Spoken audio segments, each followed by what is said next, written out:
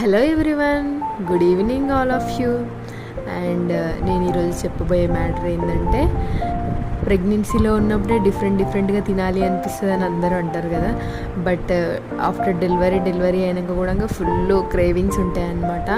ఇంకా sweet cravings అయితే చెప్పలేనన్ని.